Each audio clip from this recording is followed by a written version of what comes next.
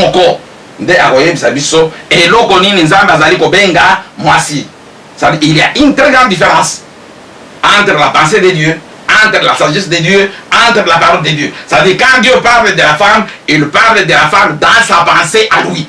C'est vraiment très différent avec la pensée humaine. Sauf que Zaraki, moi, si à ma puta, moi, si à ma belle, je ne peux pas venir perdre mon temps ici. Toutes les églises d'aujourd'hui, ce ne sont pas les églises de Dieu, ce sont les églises qui sont diaboliques, qui ne respectent même pas. À part ça, toutes les églises, c'est parce que l'église est belle, pratique autrement pour la bango. Non, on pratique autrement quoi? Non, on convaincre, on convaincre nga pete. On qui otangela nga église moko yo yebi na bomo na yo, mwasi ko na yemba kate. Mwasi ko na abonde kate. Alors le numéro bani. Mais c'était ça dit on qui ko yemba puis ko bonde kate, on qui ça témoignage c'est. Aussi on a ngo. Mais alors, Patrice, là, tu oses verser mon coup. Nazo kende na eloko moko de comprendre. Soki nzambe azali mobali. Siko eloko nini nzambe azobenga mwasi. La femme c'est quoi? Ou la femme c'est qui? Toute personne de sexe féminin qui a l'esprit de Dieu en lui, automatiquement il devient un homme. Et il doit parler de la part de Dieu. Il doit donner le langage de Dieu. Oui, combien, surtout au Congo, combien de prédicateurs mal que yo balabaki ngande nzambatindi batunzi bakana monoko ngande nzambatindi pour na terre tout le monde est belé to ba Congo ba mukuna Dieu babima na Congo balabi zande bango nde bazana iloko wana bango nde bazana mpifo wana bango nde nzamba pesi etinda pour basala oyo nzamba lobi lelo yo ye Patrice Emmanuel ngo yobi ke imperium nzamba boko na yo yo nous allons mpifo wana yo nous allons etinda nkolo tous les pasteurs ba kanga ba fanda. C'est déjà vu dans le milieu congolais. C'est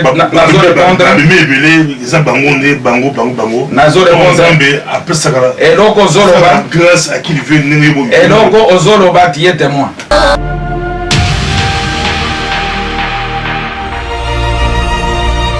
Balandi un micro et un pasteur Bobo partout aux alliés à travers le monde. Tout possible mbote.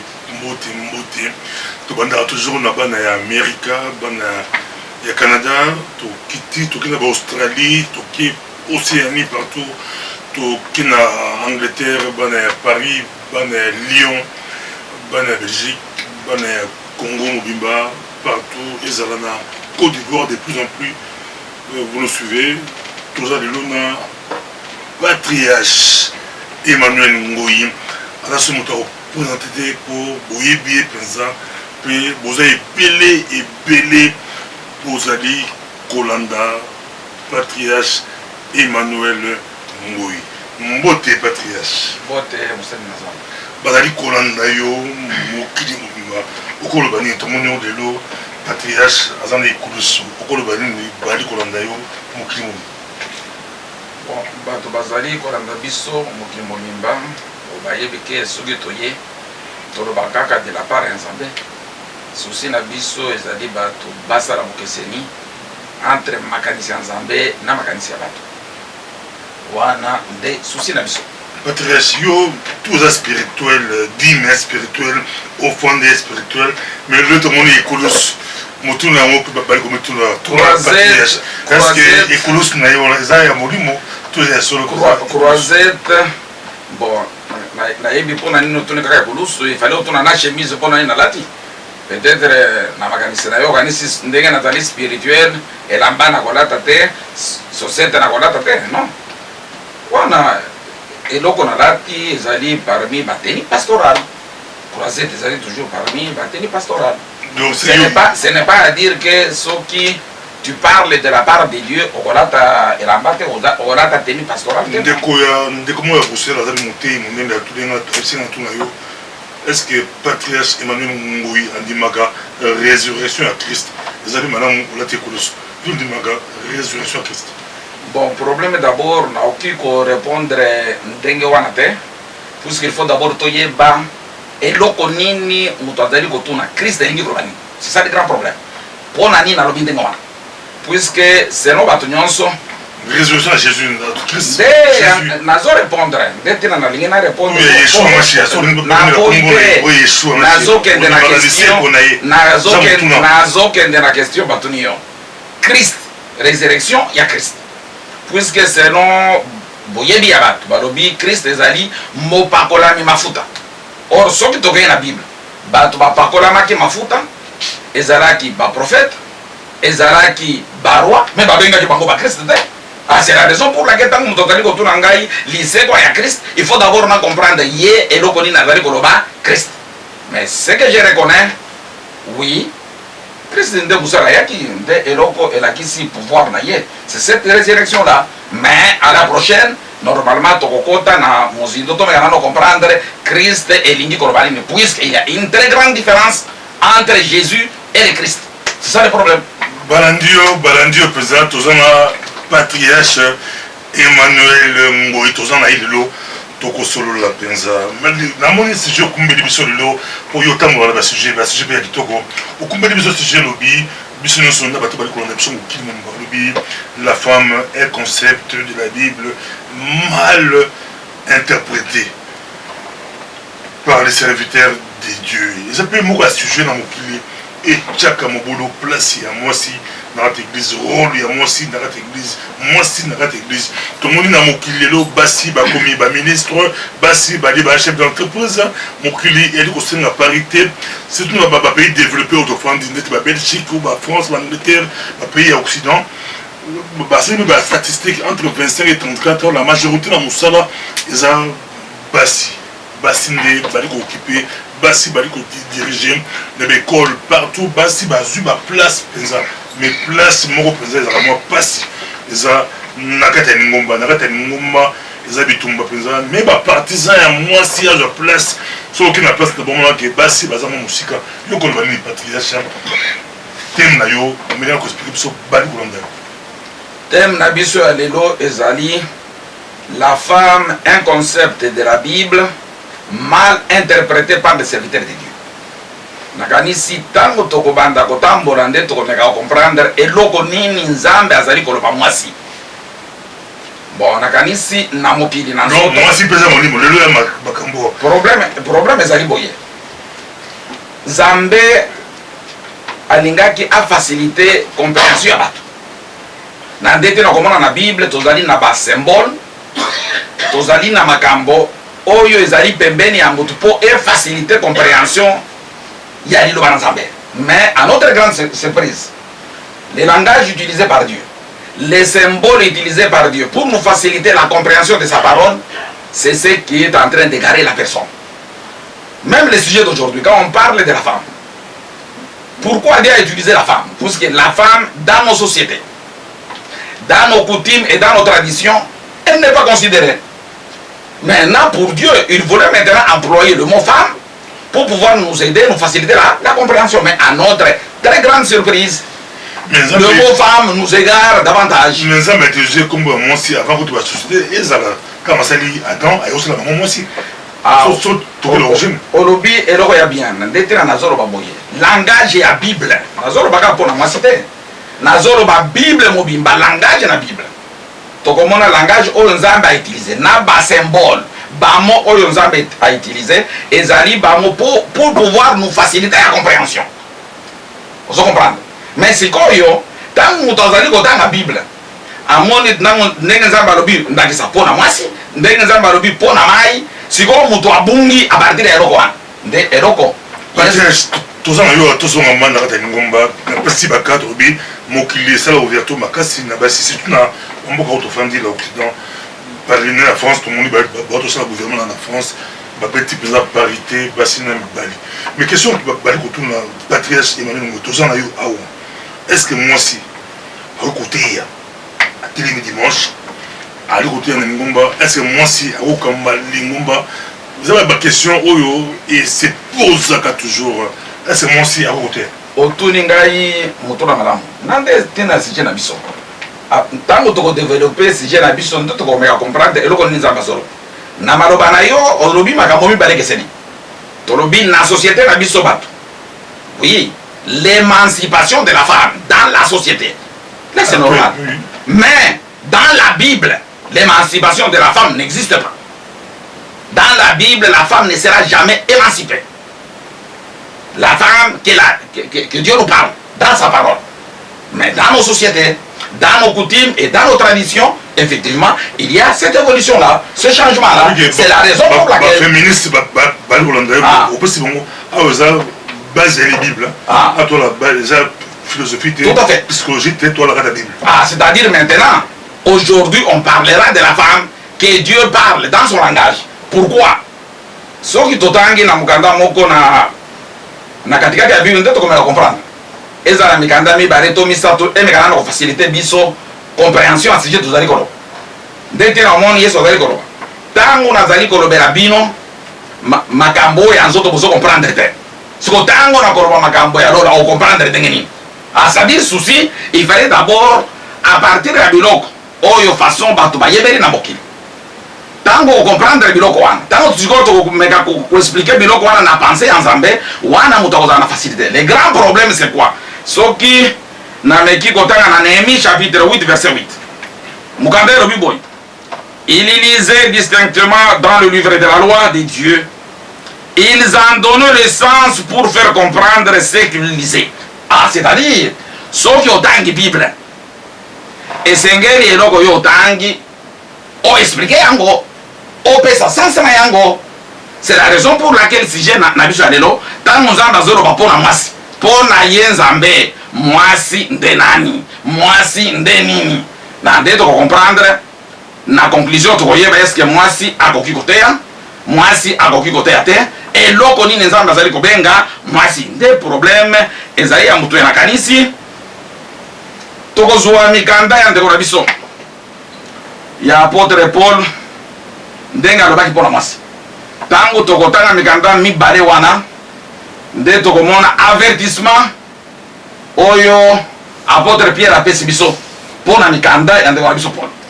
Patrice, avant tanga tole okenda yo penza na moni question à tout milieu, ok, nango bena nango répondre yango te pour non répondre to parce que non na développer moi cité mon tour yango tout le monde qui a la fois passée l'émission il est qui ba tellement plus ba passer pe nango mingi ba commenter zebe l'émission là tout le monde qui okumbe la biso apôtre ya mwasi mais yesu yemoko na ba yekulu na ye autres na ye mibali ba 12 apôtres même temps bon ba tikala qui fallait ba remplacer Judas.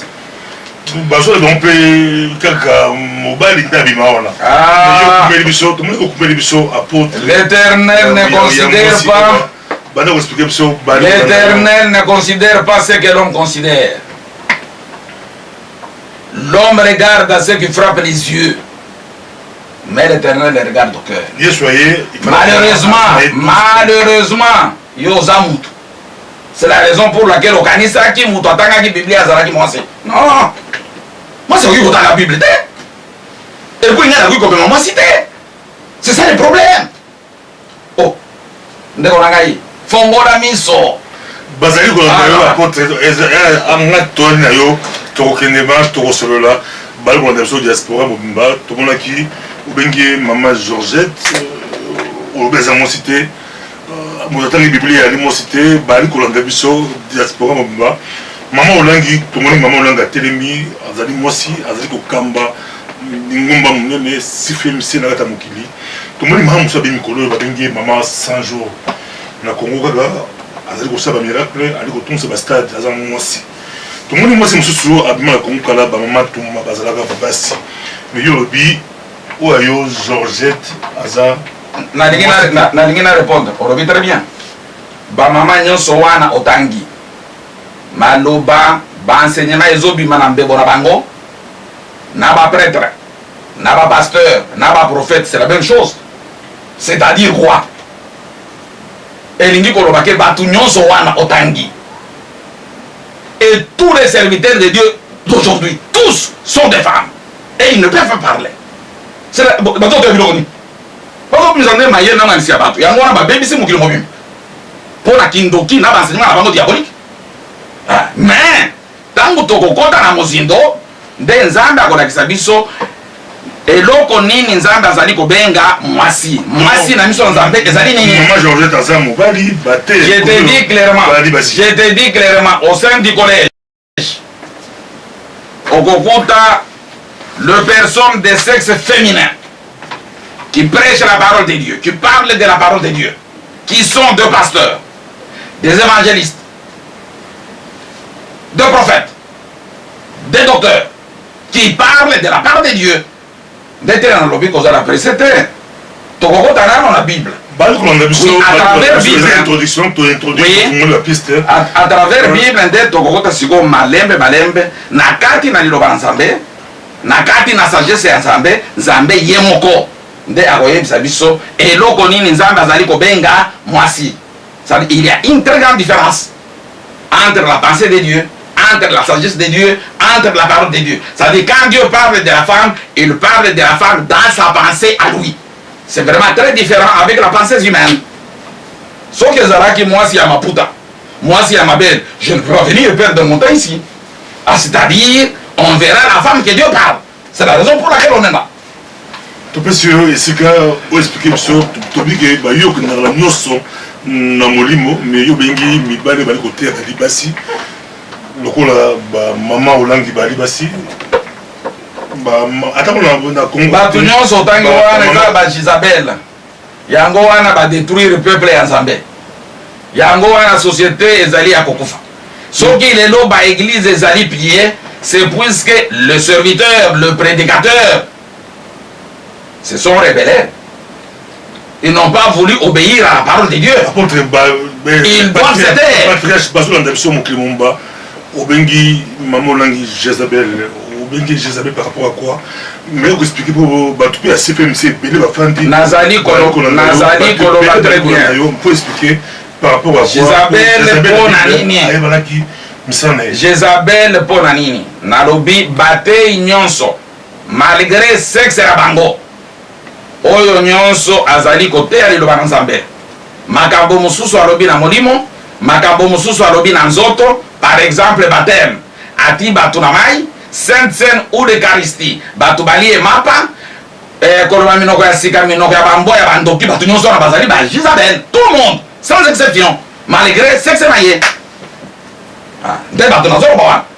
C'est-à-dire moi mon problème, c'est mon problème avec ma Bible. C'est-à-dire nazolanda oyo Nzambe azali koloba oyo nyonso azali en dehors da liloba na Nzambe malgré grade na ye malgré assemblée ya monene azana yango kaka assemblée ya bantoki. D'ailleurs il faut d'abord se poser la question.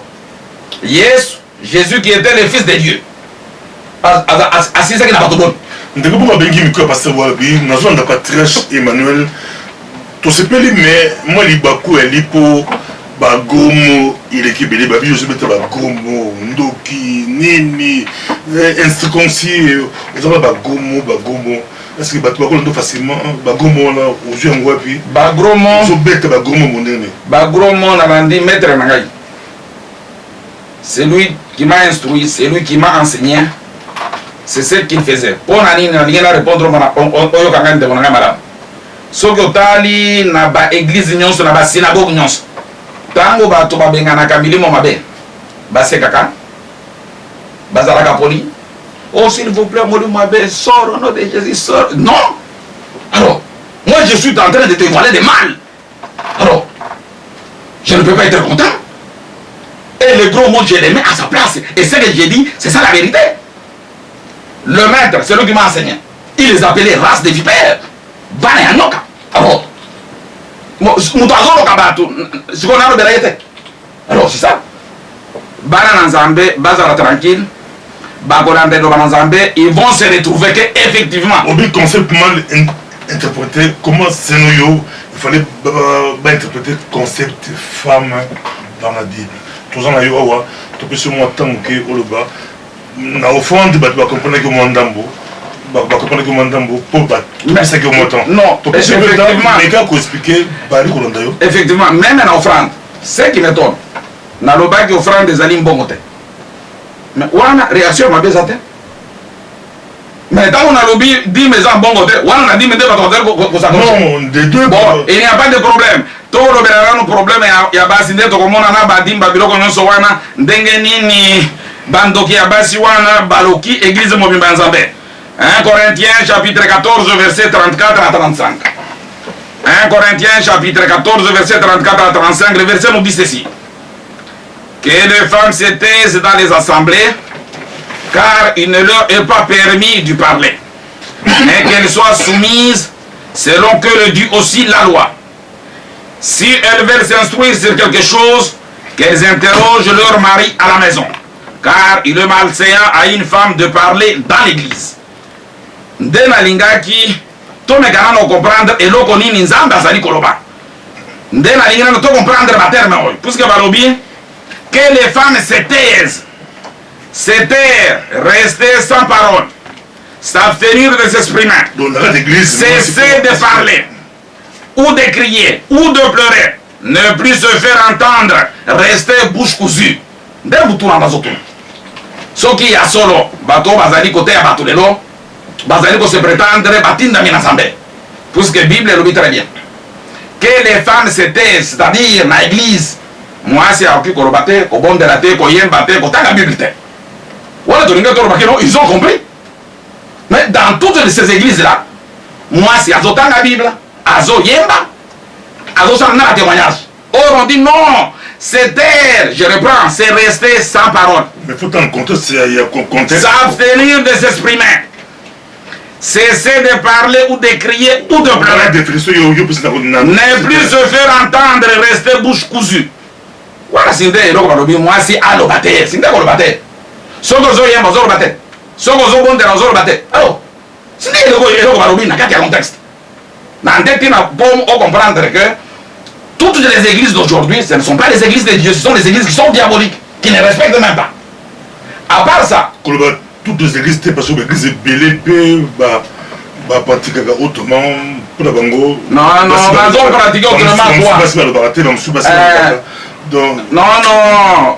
On convaincre, on convaincre nga bete. On kotangela nga église moko yo yebi na bomo ina yo, moi c'est qu'on a yemba kate. Moi c'est qu'on a abondé la kate. Alors on lui dit mais c'était ça dit OK ko yemba ko bonde kate, OK on s'en témoignage fait. Aussi on a ngo.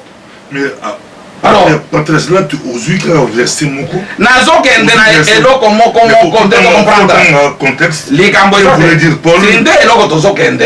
Ndé tira tozo kende pour comprendre pour o manake biloko ezali côté yama. Ezali biloko mususu.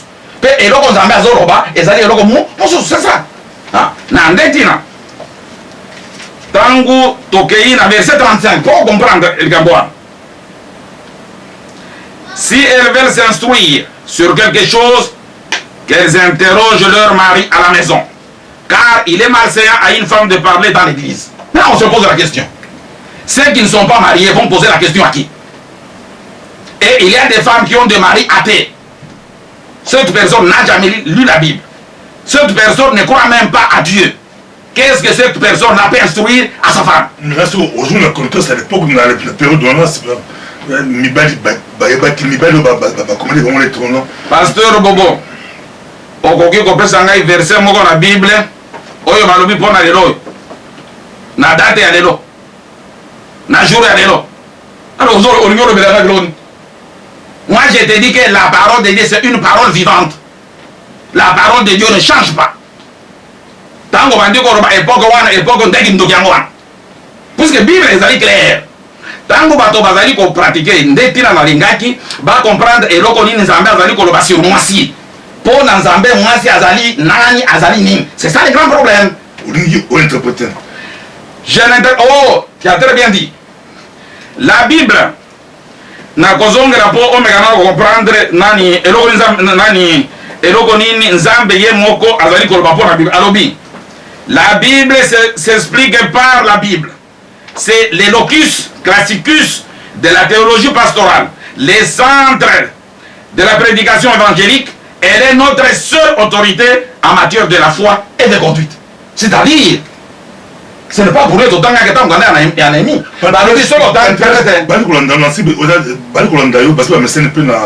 Façon, on va expliquer, on va koloba, moi c'est na mobali, on va convaincre que bateau bali kolanda, moi c'est na mobali.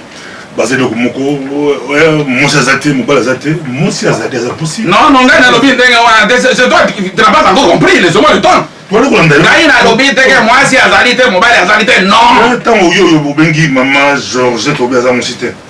Et c'est ça. Je sais ce que je suis en train de te parler. C'est la raison pour laquelle, tant qu'on a comme une explication, c'est là où toi aussi tu te rendras compte que j'ai raison de ce que je suis en train de parler. On peut comprendre facilement. C'est-à-dire le problème, to comme on a moi si oyo nzambe nde azoroba. Moi si nde apekisi, nzambe nde apekisi, moi si alobate. C'est-à-dire, à Goku, quand la Bible était, quand on de la tête, quand ça témoignage était, nde moi si nini. Puisque c'est robato. Moi si robato peut que ça de l'autre côté. Ailleurs baka, à bon de la cas, à ça la témoignage. C'est une confusion sur confusion. Dès que tu as lingaki, toi qui as pensé ensemble, toi qui as pensé ensemble. On va comprendre la Bible néanmoins. On va comprendre la Bible autrement. Il y a un permettre moi si à bon de là. Ah, c'est quoi? Yo, bien confusion, mais très bien. Non, Olobi est très bien. Nagani si Ozali ko représenter peuple nyon soa. Olobi no bango va comprendre bien. Dès que na moi si Azali koloba. Bon, selon bango. Ndenge va comprendre bien. Moi si Azali ba courant c'est belé, ba courant. Je ne refuse pas ce courant biblique c'est belé. Yo peut comme courant, yo peut courant là yo. Ba courant c'est belé par rapport à courant ezali ebelete. Courant ya Nzambe ezali moko. Courant et Nzambe ezali unique moko. Chacun va tirer la couverture na retour bon. Non, on doit prouver dans la Bible pour te faire voir que courant wa nozol ba ezali courant ezali diabolique. Pourquoi? Il devrait respecter ceci, que la femme doit se taire. Elle ne peut pas parler. Elle ne peut pas chanter. Elle ne peut pas prier. Mais c'est ce qu'on dit. C'est ce que la Bible dit. Non, bon, permettez de comprendre. Yo qui vous avez la compréhension sur le texte. Obarobi, moi si alobate. Soki alingi koloba, atuna mobile na yenanda. Oki vous avez la kama ideni. Compréhension dit nous moi. Pour la bango. Moi si ezali une personne adulte de sexe féminin. Est-ce que vous avez le contraire? Pour la de définition. Mais moi je ne parle pas de ça. Moi je parle d'autres choses. Moi je parle de la part de Dieu. Dès que vous comprenez, et là konini, Nzambe na biso lero, akomeka kosalisa biso pona mwasi. Na ndetina pona sije ya mwasi. Apôtre Pierre apesi biso d'abord avertissement. Il faut attendre avertissement. 2 Pierre chapitre 3 verset 15 à 16. 2 Pierre chapitre 3 verset 15 à 16 et le Bible. Croyez que la patience de notre Seigneur est votre saint. Frère Paul vous l'a aussi écrit selon la sagesse qui lui a été donnée. C'est ce qu'il fait dans toutes les lettres, où il parle des choses dans lesquelles il y a des points difficiles à comprendre, dont les personnes ignorantes et mal affermies tordent de l'essence comme celui des autres écritures pour leur propre ruine. Mais ça c'est l'avertissement. C'est l'apôtre Pierre qui nous dit, faites attention. Ce que Paul a écrit, Paul a eu une sagesse qu'on lui a donnée, une sagesse qui vient de Dieu. Paul n'a pas parlé de lui. Paul ne parle pas du monde. Paul parle de la part de Dieu. Nandeki na malobi. Tango tozali kotanga mikanda oyo komaki ndeko na biso Paul, nous devons faire attention. C'est-à-dire azwaki sagesse ko uta e ba ensemble. Soki o comprendre yango malamu te, o kokende o comprendre na sens na yo. De avertissement ça d'abord apesi biso.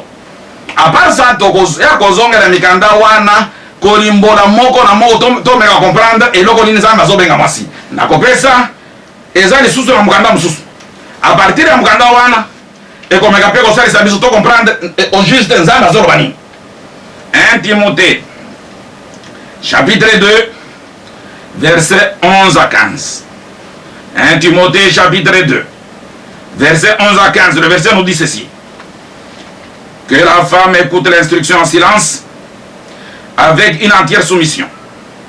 Je ne permets pas à la femme d'enseigner ni de prendre de l'autorité sur l'homme, mais elle doit demeurer dans le silence, car Adam a été formé le premier et ensuite.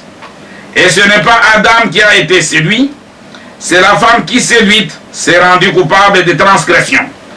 Elle sera néanmoins sauvée en devenant mère, si elle persévère par modestie dans la foi, dans la charité et dans la sainteté. Que la femme écoute l'instruction en silence. Naringi lisusu kolobanano problème ya silence to menano comprendre et loko nini nzambe azali koloba biso puisque balobi azala en silence enseigner te tomekana na kofongola sikoyo ntango tokotambola peut-être bana na nzambe bakozala na facilité ya komeka comprendre.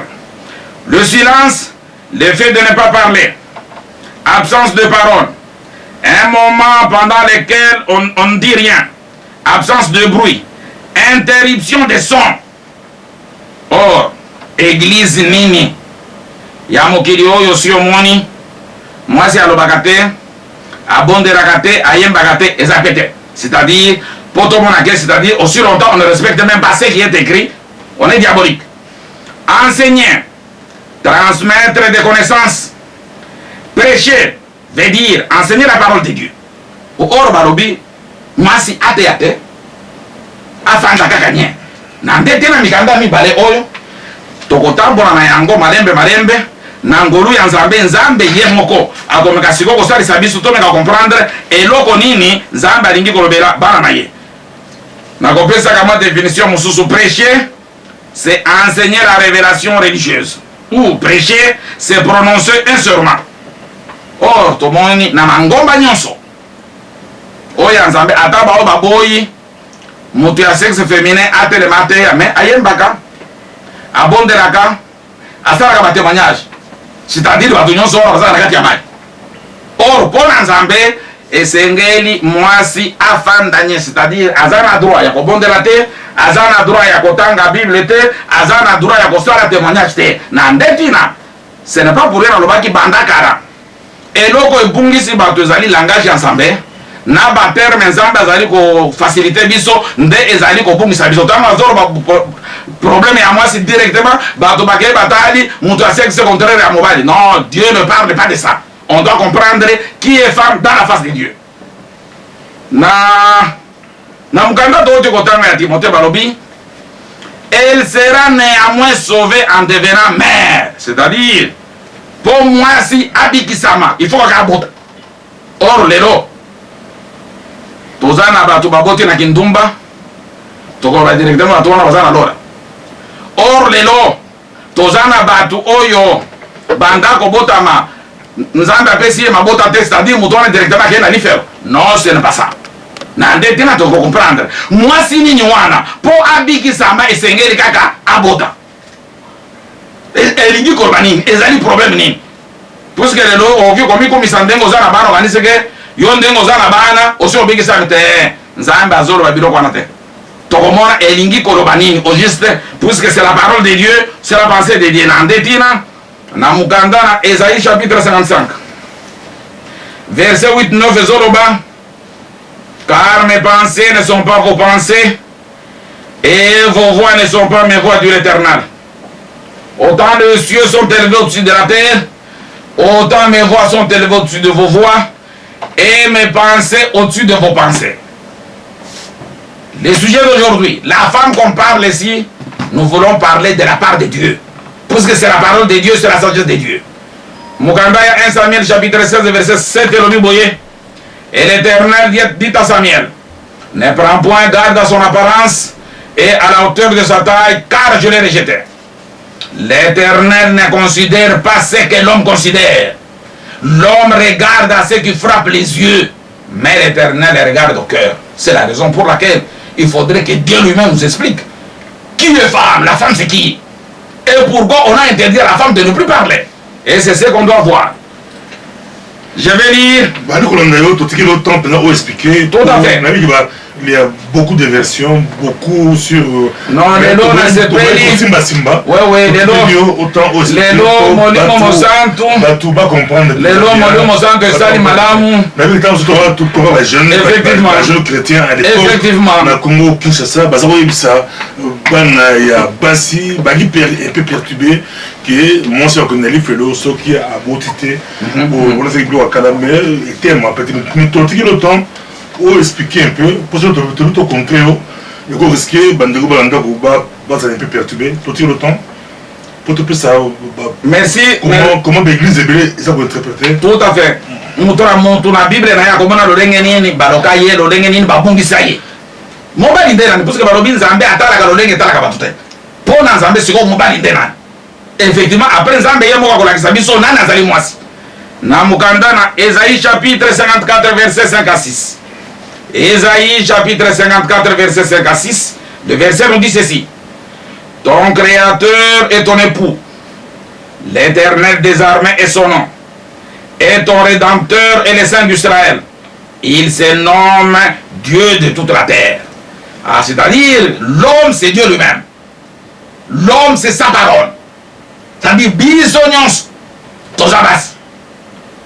Puisque mon bal les alliés zambé yamok. Tu comprends, Nani? Parce que, bali kolanda yo, mais pour la balance, Nzambé, on oublie, il est secrétaire parce que na banze pour la biso, tobala Yesu, na maté, après, bah, prédicateur, pour la majorité de prédicateur, bah, yébigué, Yesu, Moubana, c'est l'époux, l'église, c'est l'épouse, parce que, Pasteur Bobo, et patriarche Emmanuel, Pasteur Bobo, Pasteur Bobo, mais tu veux ça. et là comment oyebi ezali pété. Effectivement. Pour la qui ça ok et là comment oyebi ezali zela na olobi très bien. Na banzembo boyemba ka na boite. Je ne refuse pas. Olobi très bien. Dans toutes les églises, je ne refuse pas. Allons petit à petit. Allons petit à petit. Allons petit à petit. C'est l'église, patriarche. Toi tu es Pasteur Bobo Robi eloko ya biolobi ezali biloko boyebi mais nazo na sakete oyebi te na nde eloko boteki wana ezalaki kindoki zela na kisao siko kindoki na yo olobi très bien bino nde bozali basi n'est-ce pas bosiko zolo ba autorisation hein alors si c'est toi qui es l'épouse de Christ qui t'a donné l'autorisation de parler tu dois te taire et c'est là où je te prouve que non tu es diabolique hein puisque maintenant on zolo ba très bien au bureau aux ambassades, il y a Bible et moi si alobate. Alors, ce que Zalaki effectivement, bozo lobate kokani mino konabino, là je peux comprendre que vous avez compris. Mais et quand tu parles, qui t'a dit, qui t'a donné l'autorisation de pouvoir parler? Il y a un contexte biblique, bali kolandayo, zala na kaka contexte, ceux qui sont au contexte, na banda ku, ils avons pas si, et c'est patriarche, azala kaka contexte, il y a un texte biblique, tout patriarche azala. Mais moi je suis dans les contextes, je donne mes versets bibliques. Moi je donne mes versets bibliques et j'explique les versets bibliques. On oublie très bien de comprendre. Si quand la linga kike, bana nanzambe ba comprendre. Oui. Bote ya kape bolo bakake bino bozali basi ya Christ. Na boite. Mais boto sakande te bino basi ya Christ. Boso ki oza mwasi ya Christ. Ozoro ba permission na. Nani autoriza ki oke ndolo. Alors et puis, ceux qui bino nyonso boza basi ya Christ. Pour nani batu mususu bazali ko pekisa, mutu ya sexe féminin à terre. Puisque na ya za basi ya Christ. C'est là où je vous dis. C'est là où je vous dis que vous tous, malgré vos interprétations, ce sont des interprétations diaboliques.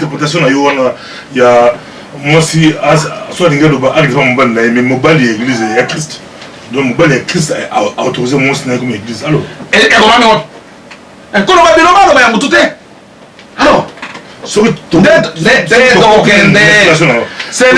pas pour rien. Ce n'est pas pour rien. Non, on peut perturber, c'est bien de pouvoir aider. Oui, dès ma compréhension, Ezali na mangomba nyonso wana, on a zolo baké ma compréhension. Et c'est ngeli to me kabosali sabato. Na besi mukanda ya liboso na lagisi ke mobali Ezali nzambe yemoko. Mobali ezali loba nzambe nazo pesa mukanda ya liboso ya mibale nde tomona siko mwasi nde nini nde sika siko tokokende comprendre tomona que est-ce que batei ya lelo baza mibali to basi c'est ça. Osée chapitre 2 verset 18.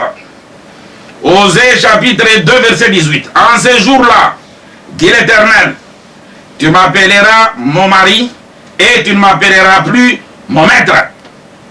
Ah, c'est-à-dire l'homme c'est Dieu lui-même. C'est lui le mari. On a osé, il a prophétie destinée. Pour ça, contexte. Osé, pas de problème. Osé s'adresse à qui? Je ne refuse pas. Osé à l'église. Genèse chapitre 1. Verset 1. Apocalypse chapitre 22. Toute la parole de Dieu s'adresse à nous. Toute la parole de Dieu. La Bible, c'est la parole de Dieu adressée à nous les hommes, afin que nous puissions avoir la vie éternelle. Ce qu'on a dit, c'est que non, ils ont adressé à Israël. Bon, Israël a payé. Si tu as besoin de payer bien quoi? Awa Makambo, Israël a payé sa terre. Tout ce qui est écrit, Ça nous concerne nous aujourd'hui pour pouvoir avoir la vie. Dieu s'adresse à nous. Ce que tu as dit, c'est qu'on peut s'adresser verset où vous s'adresser à Bissot Babelge. Ah, c'est ce que je te dis que toute la Bible, toute la parole de Dieu s'adresse à nous afin que nous puissions avoir la vie. Ah, Wande Nzambe, alobi yende azali mobali. Soki Nzambe azali mobali, siko eloko nini Nzambe azobenga mwasi. La femme c'est quoi? Ou la femme c'est qui? Zacharie chapitre 5, versets 5 à 8. Zacharie chapitre 5, verset 5 à 8. Le verset nous dit ceci. L'ange qui parlait avec moi s'avança et il me dit, lève les yeux et regarde ce qui sort là. Je répondis, qu'est-ce? Il dit, c'est les femmes qui sortent. Il ajouta, c'est leur iniquité dans tous les pays. Et voici une masse de plomb se leva. Il y avait une femme assise au milieu de l'éléphant et il dit, c'est l'iniquité, et il la repoussa dans les femmes et il jeta sur la couverture la masse de plomb. Balobi ebende et tombomaki. Na ebende mwasi afandaki. Nde balobi tala eloko wa, nde ezali eloko ni. Alobi ezali mwasi. Nde ba définir bango moko que la femme c'est l'iniquité, la femme c'est le péché. Voilà définition ya liboso. Na nde tena tokoya comprendre. Pourquoi bazali kopekisa mwasi aloba? Puisque les sommes lelo mutu nyonso ozala mwasi ozala mobali ozala na lisumu. Ah, c'est-à-dire aussi longtemps ozala na masumu na yo ozala na droite ya kotele makote ya bato. Puisque yo mo d'abord ozali mwasi. C'est la raison pour laquelle balobi tandanye ozala eloko ya koloba te. Nde tokomona sikoyo tango tozali kotambola nde tokocomprendre malamu Nzambe alingi kolobela biso nini. Pour la patrice Emmanuel mwasi ezali basumuki bapêcheur. Je donne d'abord la première définition. Nous sommes au début. Tozokende tokomona basi mwasi nyonso ndenge bazoloba na nde tokocomprendre pourquoi bapekisi aloba na pesi mukanda ya mibale 1 Samuel chapitre 21 verset 4. 1 Samuel chapitre 21 verset 4, le verset nous dit ceci. Les sacrificateurs répondit à David, je n'ai pas de pains ordinaires sous la main, mais il y a du pain consacré, si du moins tes gens se sont abstenus de femmes. Ah, c'est-à-dire les femmes consacrées, ce n'est pas n'importe qui peut les prendre. À condition, il fallait que la personne puisse s'abstenir de femmes. Ah, c'est-à-dire le pain ordinaire. Même les femmes peuvent en manger. N'importe qui peut prendre. C'est-à-dire, les pains ordinaires, ce sont des lois. Ce sont les enseignements charnels. Ce sont les conseils. Mais les pains consacrés, il faudrait d'abord s'abstenir de femmes. Tangu Nzambe azoloba pona mwasi azoloba pona mutu nyonso sans exception oyo azali mosumuki aza na droit ya kolia pe consacré te na nde tokokita wana ezali définition ya liboso au fur et à mesure tozali kokita nde tokobanda comprendre eloko nini juste Nzambe azali kobenga mwasi na nde tina na mukanda na biso ya 1 Corinthiens chapitre 14 verset 34 à 35 barobaki mwasi afandanye. Ça dit aussi longtemps yo ozali mosumuki yo osalaka mabe oza na droit ya kotelema kobanda kotela bato mosusu te ozoteya bangoni mpo yo moko oza nano mwasi. Ah, c'est-à-dire esengeli olongwa na étape ya bomwasi nde kotelema okobanda kolobela bato mosusu. Aussi longtemps ozali mwasi oza na droit te ya komeka kolobela bato mosusu. Mpo na nini? Puisque bato nyonso lelo bakoyebisa yo ke masumu esilaka te. Tout homme est faillible. Ah, c'est-à-dire, celui qui est faillible, c'est une femme. Quand un prédicateur te dit que masumu esilaka te, c'est-à-dire que Jésus a joué sa mission. Or que la mission de Jésus, Jésus a pari pour ôter les péchés. Ah, ça dit, il n'y a point de péché. C'est-à-dire, ce qui est sur l'ongoli masumu na yo, directement tu deviens un homme. C'est à ce moment-là maintenant, tu peux te mettre debout et enseigner les gens. Et révéler les gens maintenant le mystère de Dieu. Mais aussi longtemps, vous allez musumuki. Ozana masumu na yo, ozana droite. Ya kote le ma kote ya bato. Nde eloko Nzambe azali kobenga mwasi na étape ya liboso wana. Na nde tina tokokende na mukanda na biso ya mibale. À partir ya mukanda na biso ya mibale nde tokocomprendre lisusu. Oyo balobaki que mwasi ate. Oh, mutu alobaki ezalaki Paul. alobi soki mwasi alingi kotuna to likambo akende pa mbana ye mais Timothée alobi non mwasi po abikisama esengeli abota nini ndelo faut comprendre puisque lelo basi bazana bana kanisi bazolo ya pona bango te nzambe azolo bakobota oyo boti bana wana ebele ozali incapable ya ko nani ya ko indike bango te nzambe azolo ba eloko mususu okobota nini nde po mwasi nyonso oyo azali mwasi po abikisama esengeli abota nini mukanda nzambe répondre na 1 Jean chapitre 5 verset 12 elobi boy 1 Jean chapitre 5 verset 12 elobi boy celui qui a les fils a la vie, celui qui n'a pas les fils de Dieu n'a pas la vie. Ah, c'est-à-dire pour moi si abikisama kaka soki aboti nani aboti Yesu soki aussi longtemps nano aboti Yesu te moyen ayoko obikisama ekozala te. Or pour te comprendre mutu alobaki mwasi alobate ezalaki Paul mais vi nyonso ya Paul azalaki kaka nabasi, c'est-à-dire que les personnes de sexe féminin qui ont travaillé avec lui, qui ont combattu dans la parole de Dieu. Mais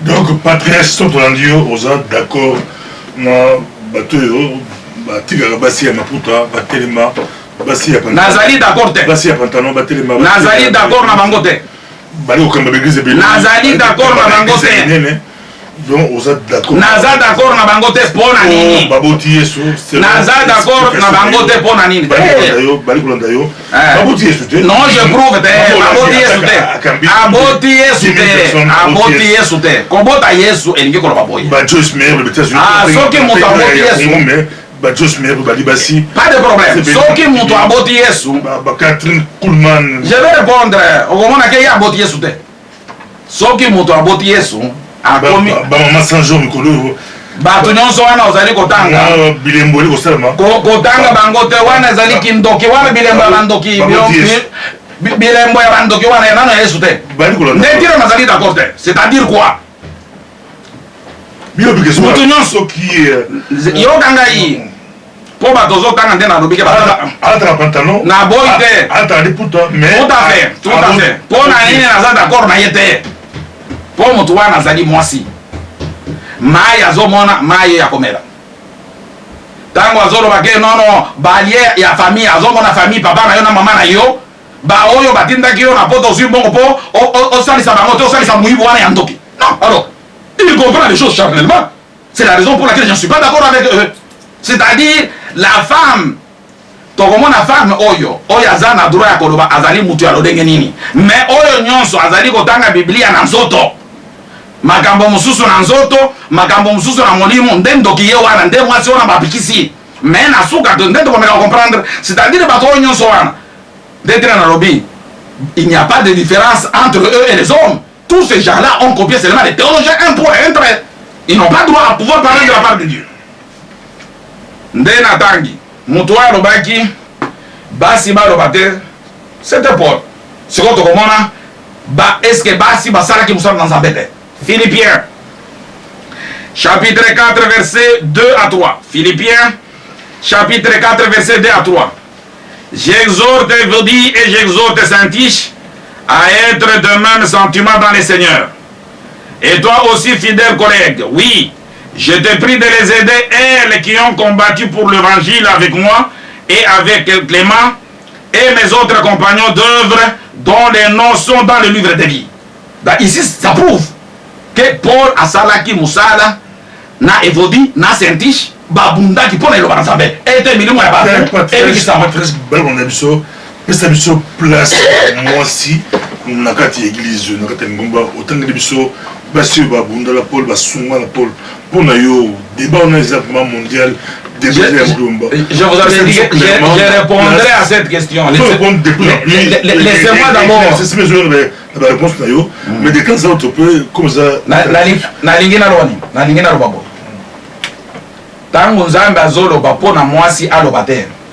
Les femmes sont le prédicateur d'aujourd'hui. C'est ça les femmes qu'on parle dans la Bible. Ces prédicateurs doivent se taire et laisser la place à l'homme de pouvoir parler. Et l'homme, c'est celui qui est en face de toi. C'est ça. C'est ce que je suis en train de dire. Que les femmes doivent se taire. Les femmes sont le prédicateur d'aujourd'hui. C'est que toi tu appelles pasteur, prophète, apôtre, bishop. Ce sont des femmes. Ils ne comprennent pas la parole de Dieu. Et c'est la raison pour laquelle l'église est au pillage. Alors, c'est pour ce que ce sont les femmes qui sont en train d'enseigner. Ah, c'est ça, effectivement, et là on a MCO, et là on a besoin de moi si de bataille nyonso ya lelo. Bataille yo nyonso. Effectivement. Oh. Mes enfants, écoutez, mes enfants, pour que je prouve de nouveau les douleurs de l'enfantement, jusqu'à ce que Christ soit formé en vous. Qui parle? Mais c'est Paul. Bon, est-ce que Paul n'a pas dit moi aussi? Si on va comprendre que et là on a azoro na Bible azoro ba et là comme susu. C'est-à-dire toute personne de sexe féminin qui a l'esprit de Dieu en lui, automatiquement il devient un homme. Et il doit parler de la part de Dieu. Il doit donner le langage de Dieu. Oui, combien, surtout au Congo, combien de prédicateurs mal au Kolayo, Balabaki, Nandi Nzambatindi, Batunz Bakanamuko, Nzambatindi, pour la terre. Tout le monde est belé, tout autant Bakombo, Bamukuna, Dieu, Babiman, le Congo, Balabi, Zandi Bango, Bango de Bazan et Lokona, Bango de Bazan en Pifona, Bango de Nzambapesi, Tinda, pour Basala, Nzambalabi. Là, il y a Patrice Emmanuel Ngo, Yobi, Imperium, Nzambabouna, nous allons un Pifona, nous allons un Tinda, un Kolo, tous les pasteurs, Bafanda. C'est déjà vu dans le milieu congolais. C'est Nazo répondre. Et loko Zoloba. Grâce à qui il veut. Et loko Zoloba, tu es témoin. Toi-même, tu es témoin. Batunyonso va se prétendre que Nzambe atindi bango. Koya baye bazotuba batoroma physique. Koya baye bazoloba minoko ya mbwa o azoloba alang. Baye dime mbongo, offrande mbongo, azalo. Ah, tu es témoin. Mais moi je ne parle pas de ça. Alors, tu ne peux pas me mêler à ces bandits-là, non. Moi je ne suis pas un bandit. Moi je suis un serviteur de Dieu et je parle de la part de Dieu. Et ce que j'ai dit, ça s'explique dans la parole de Dieu. Ce qui m'ont dit à Tindami, il faut y aller à Nani.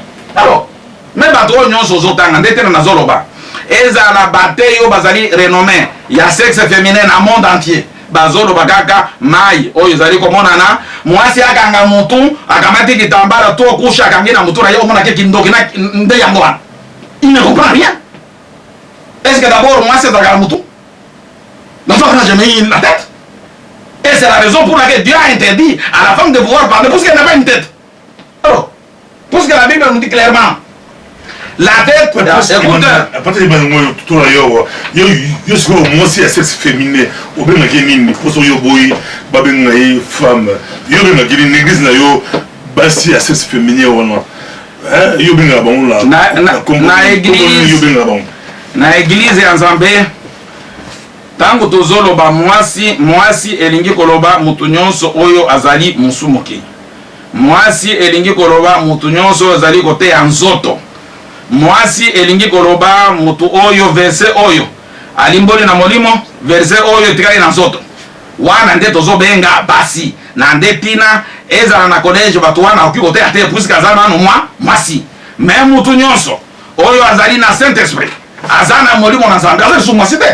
C'est la raison pour laquelle cette personne doit nous révéler maintenant le mystère de Dieu puisqu'il est devenu un homme pour pouvoir sauver les âmes.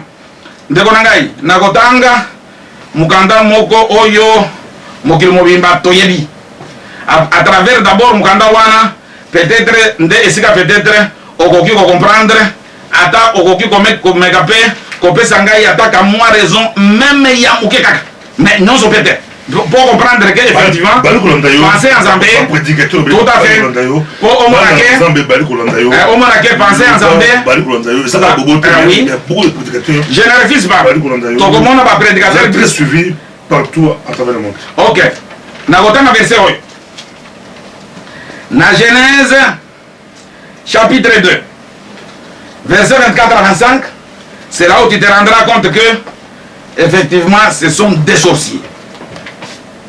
Et puis verset wana mutunyo soyebi.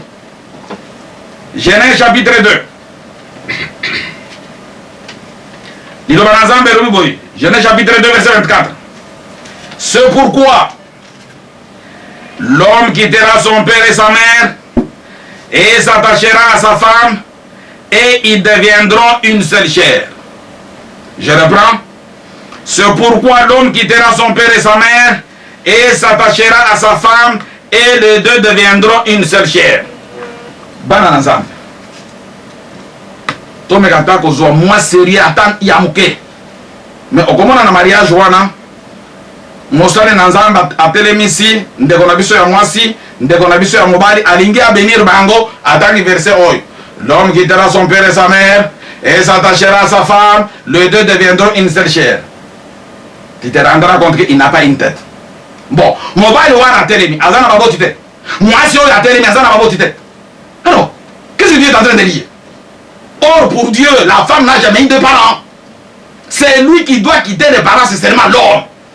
Alors, d'ailleurs, c'est la raison pour laquelle ba mariage na bino wana kusanganaka. Ezala ba apôtre na bino, ezala ba évêque na bino. Ils sont en train de divorcer comment? Si t'es pas mon aké bousso na bino yangwana. Or pour Nzambé, c'est lui qui doit quitter les parents, c'est seulement l'homme. Et c'est la raison pour laquelle on nous dit on ne peut pas divorcer. Bon, si tu divorces, où est-ce que la femme ira? Parce que femme on Nzambé azoloba, yé azala kana ba parente a aucun droit. Ah, si ndete na ke botika kosakana na Nzambe kotanga biro koso comprendre peut-être. L'homme quittera son père et sa mère et s'attachera à sa femme. Les deux deviendront une seule chair. L'homme c'est qui? Tout à fait. Rapidement. Je donne maintenant l'explication de la parole de Dieu. C'est ce que Paul nous dit. Mes enfants, pour qui je prouve de nouveau les douleurs de l'enfantement, jusqu'à ce que Christ soit formé en vous. C'est-à-dire, tangu mutu ayekoni liloba na Nzambe, azui Saint-Esprit. Directement mutu wana komi mobile. Na oyo mutu abandai kote ayo, moboti na yo, ye pensa mobile. Au refaire dans le soute, à ce moment-là, tu es obligé maintenant d'aller chercher une femme. Ça dit, aucun de sigo côté à mutu mususo oyo ayebi Nzambe te. Yo pe o transformer mutu wana koma lukula yo. Akoma na connaissance na yo, abanda ko pratiquer liloba na Nzambe, lukula yo. C'est ce qu'on est en train de dire. Ezali mariage na bino diabolique au sala kawana te. Parce que na mariage diabolique, attends mo kolomoko. Vous allez condamner sur un d'accord partout, vous allez, soit mon lit, moins complication que n'hésitez pas, au bien appeler pasteur Nayo, vous partagez ensemble, au bien appeler micro pasteur, au bien appeler pour partage, bien pasteur Nayo, vous pratiquez pour et perturber au thé. Donc, d'ailleurs, vous expliquez, j'explique maintenant. Pour au monake, les gens qui prêchent là n'ont pas de tête. Et ils doivent cesser. Et respecter la parole de Dieu. Écoute maintenant, Dieu lui-même répond. La parole de Dieu maintenant répond immédiatement. Ephésiens chapitre 5, verset 22 à 23,31 à 32. Ephésiens chapitre 5, verset 22 à 23,31 à 32. Femmes, soyez soumises à vos maris comme au Seigneur. Car le mari est le chef de la femme, comme Christ est le chef de l'Église qui est son corps et dont il est le sauveur. C'est pourquoi l'homme quittera son père et sa mère et s'attachera à sa femme. Et les deux deviendront une seule chair. Suivez maintenant. Ce mystère grand. J'ai dit cela par rapport à Christ et à l'Église. Il est fait tout simplement que l'homme puisse quitter ses parents pour aller s'attacher à sa femme. C'est un mystère. Et maintenant on explique. Ce mystère est grand. Il parle cela par rapport à Christ et à l'Église. C'est-à-dire, Jésus a laissé son Père et il est venu s'attacher à nous, les femmes, afin que nous puissions être maintenant à son image et à sa ressemblance. Que nous puissions avoir maintenant la connaissance. C'est ce que la parole de Dieu est en train de dire. C'est ce que je vous dis, que la femme n'a pas de parents. C'est-à-dire, moi si, nde mutu nyonso aza na bozangi boyebi ya na Nzambe. Mwasi nde oyo aza na Saint-Esprit te. Mutu ya lolenge wana ata asali mabe ata asali ndenge nini okoki kobenga na ye te. Yo ozali mobali, fais un effort pour que cette femme-là puisse devenir aussi les os de tes os et la chair de ta chair, qu'ils ont aussi converti comme toi. C'est la femme qu'on est en train de parler. Mais une personne de sexe féminin qui a le Saint-Esprit et qui doit parler de la part de Dieu, automatiquement il est devenu un homme devant la face de Dieu. Il doit prêcher et sauver les âmes. C'est ça que la parole de Dieu est en train de nous dire. Ce n'est pas pour rien. Mise en garde de wana bapesa kibiso ezalaki natina. Et puis na kotanga mukanda mususu po to nga comprendre que effectivement ces prédicateurs femmes là n'ont pas de tête. Galate. Vers la fin, peut-être sur moi quelques minutes. Merci beaucoup. C'est la conclusion. Galates chapitre 3, verset 27 à 28. Vous tous qui avez été baptisés en Christ, vous avez revêtu Christ. Il n'y a plus ni juif, ni grec. Il n'y a plus ni esclave, ni libre. Il n'y a plus ni homme, ni femme. Car tous, vous êtes un en Christ. Ah, c'est-à-dire, quand nous sommes dans l'église, c'est pour vous faire voir que vous tous, vous n'êtes pas baptisés. Parce qu'au lieu qu'on puisse vous baptiser en Christ, mais vous, on vous a baptisé dans l'eau. C'est la raison pour laquelle il y a toujours dans vos églises et des hommes et des femmes. Je reprends. Je reprends. Apôtre Georgette. Je reprends. Vous tous qui avez été baptisés en Christ, vous avez revêtu Christ. Il n'y a plus ni juif ni grec. Il n'y a plus ni esclave ni libre. Il n'y a plus ni homme ni femme. Car tous vous êtes un en Christ. C'est-à-dire, quand on est en Christ, c'est-à-dire nous tous nous avons le Saint-Esprit de Christ. Nous tous nous avons la sagesse de Dieu. Nous tous nous sommes des hommes. Et la mission, c'est d'aller maintenant sauver les autres. C'est comme ça. C'est ce que la parole de Dieu nous dit. Mais yo, on a baptisé. Comment tu vas baptiser na église basi bazali mbali balobike solo mutu azali baptisé à côté de soumasi? Non. Ah, c'est-à-dire que c'est pour ce qu'on tient na mai na kati ya kindoki. Puisque la Bible nous parle d'autres choses. Mais ndenge moni ozangi boye bya nzambe yo ke na mai physique, ça vous n'êtes pas baptisé. Ah, c'est-à-dire dès que notre zolo bake moi si nzambe azoloba nde batei nyonso ya lelo ba oyo tanga azali ko unir mariage azui mukanda Genèse 2:24. L'homme quittera son père et sa mère, s'attachera à sa femme. Et puis, il a courage. D'ailleurs, à telle émission, famille, et moi si papa va parler, et moi si ma télé, il y a mon mari, il va télé, maintenant, tout le monde les alliés péter. Or que les versets nous disent autre chose. C'est-à-dire, c'est patriarche Emmanuel Ngoyibo qui est mon colon paranante, Olobi, monté maison Punja, Oya, Batia Plateau Mokona.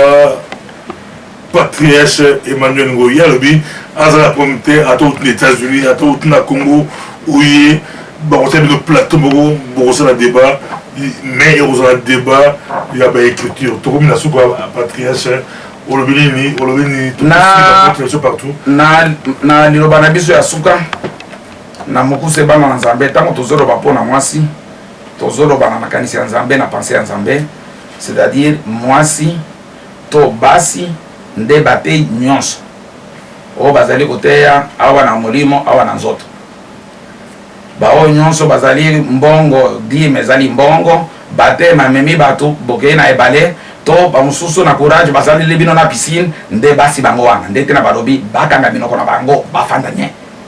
C'est-à-dire il faut kotika mobali aloba mobali nde motu nyonso malgré sexe na ye azali na Saint-Esprit nde oyo azana droit akomi mobali na mission Nzambe po ateya bato milimo ya bato sala nini ebikisama. Merci beaucoup. C'est le 7 septembre, c'est dimanche prochain, oui. 2014, à Ouana, Belgique, à Bruxelles, rue Saint-Guidon, numéro 66, dans Anderlecht. Donc, à 14h. On a 14h, rue Saint-Guidon, numéro 66, c'est un peu le métro Saint-Guidon, oui. Patriarche Emmanuel Ngoyi, et vous allez dimanche, on peut bateau, baroute en musique, baroute en Angleterre, dimanche, baroute presque partout.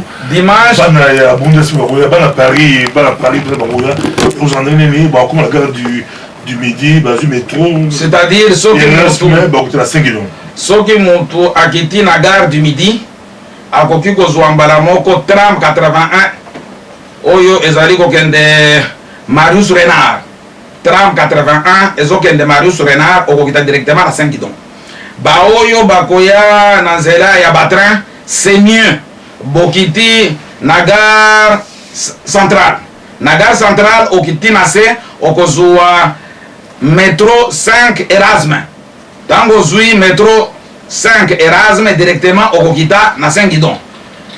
Et puis dimanche bana na Zambé c'est très important. Tango bokoya ndeto kona kisabino. Première leçon.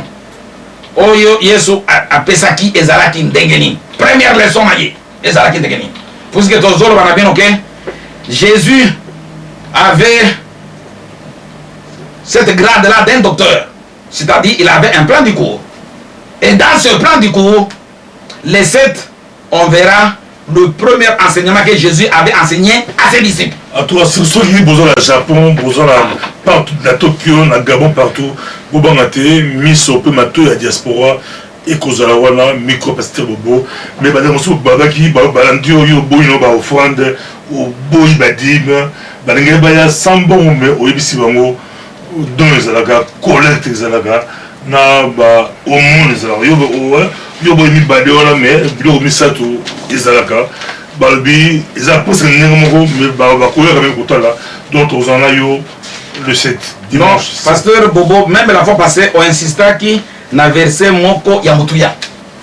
Na verset wana, opesa ki verset wana te, ezala, bande kona biso ba mekaki ko sala ba commentaire, bango pe ba mekaki ko nani, ko insister à partir ya verset wana. Bande mosu on lui commentaire avant on peut se verser. Oui. Dans ba commentaire bande mosu c'est le mot français ben biso, il y a combien là ba commentaire, il y a sengi débat mo gostel ma penza, na zo yo Patrice Emmanuel Ngoi na zo show kwetu. Ah, nous avons des bâtons, nous avons des tous les GF, ils font des topés, tous les bilomissa tout penza, bofanda na plateau moko, bossa la débat sur 10 na yebisa kiyo quel problème est à débat quoi tu peux à sa théologie le royaume problème ngai naza na makamba théologie te na yebi théologie te moi je parle théologie et dérouter avec batuer moko c'est ce que je te dis parce que dérouter c'est dérouter quoi ngai na sali théologie te pona kotea liloba na Nzambe ngai na kotea liloba na Nzambe d'ailleurs mokolo wana ekozala esengo nazopesa verset wana ya mutuya puisque verset wana ezala bandeko na biso basali ba commentaire ils ont beaucoup insisté ezala yo insistaki ezala 2 Corinthiens tomeka nano kotanga yango omona kaka ke effectivement babi okomprendre yo comprendre yango na pesa ke ngana pesa ke yango te yo ndo lobaki yango na monoko ezala bato bana lobaki yango mais donc abi yo c'est ngai na bati commentaire yo babi comment Patrice ay parole version ay bien ah ngai nazotanga verset wana po bande on a besoin ezala ba basala commentaire po pesa ke verset te na pesa verset omeka comprendre omona ke ya solo kindoki nde ezali na mitu ya bato pe bazali basi baka minoko na bango 2 Corinthiens chapitre 9 verset 6 à 7 lobi boy sachez-le celui qui sème peu moissonnera peu et celui qui sème abondamment moissonnera abondamment que chacun donne comme il a résolu dans son cœur sans tristesse ni contrainte car Dieu aime celui qui donne avec joie. Bana na Nzambe, d'abord il faut tout comprendre. Balobi oya loni muke pe akozwa muke. Est-ce que mbongo ezali graine pour que de corona tabuzoba? Mbongo ko pesa ka 10 na ba offrande. Ezali graine pour que de corona. D'ailleurs ça c'est un. Mais na ndetina, c'est pas parce que on est tout na pesa sigoyo. Ah, na spirituel tout à fait. Mais na lingi na tanga sigo. Yo spirituel. Oui. Mais la spirituel. Et on va la spirituel parce que barobi, c'est lui qui sème. On doit s'aimer des graines, des semences. Et on pas l'argent. Mais ne connais pas. Attends, non, entre yo nanga inani Nicodème. Qu'est-ce qu'on doit s'aimer? Pour récolter et pour non verset sur Angola non limisanga Luc na prochaine émission to bandela non linge kanga ezaka verset pour la émission na prochaine émission Luc chapitre 11 nde enani Luc chapitre 8 verset 11 to kangi yango prochaine émission introduction à liste version maman non na bataka phrase moko le bataka phrase moko c'est-à-dire la semence c'est la parole de Dieu c'est-à-dire ce que muto ayoki liloba na Nzambe liloba na Nzambe nde toucher motema na ye nde tina moto bandi sikoyo kotubela kobimisa ba vérité na ye sans qu'on force ye sans quoi que ce soit il donne avec son cœur alors Puisque la sémence, c'est la parole de Dieu qu'il vient d'écouter. Il va voir des simbiers, des moutons, comme il c'est ça, qui n'a pas de rapport avec l'argent ou les biens matériels. Effectivement, c'est-à-dire, ce qu'on demande ici des semences, la sémence, c'est la parole de Dieu. Et ça dit, bon, d'abord, bon, on se met en mode. Merci beaucoup. Bozaki belé bolandi biso sous les lots, to possible ngombote, ezali patriarche Emmanuel Ngoi. Barli Barra au Sénaki au Manchester, au Sénaki droit de réponse, au Sénaki intervenir à Skype, sur les intervenir à Skype partout aux alliés dans la Congo, na micro du pasteur Bo ou intervenir sur Skype. Donc là prochainement tu rejoins Barli Feu Barli sur Skype à Manchester et à intervenir sur Skype réaction sur l'émission il y a patriarche na PCM bote ndabonanga wana atanga Biblia malamu nzambe akusalisa ye akomprendre kaka po azamwasi mais bon azara dura korobana na PCM permission korobate mais comme azara est belle il peut toujours parler. Ah ok, merci beaucoup. Merci. Bata États-Unis, bata France, bata Belgique, bata Autriche, bata mokili mobimba bola ndaka mikro pasteur boboza kitoko ngape na uti penda Autriche ko nazo kende nazo zonga Autriche kaka pona mikro pasteur bobo oye eza elengi sukali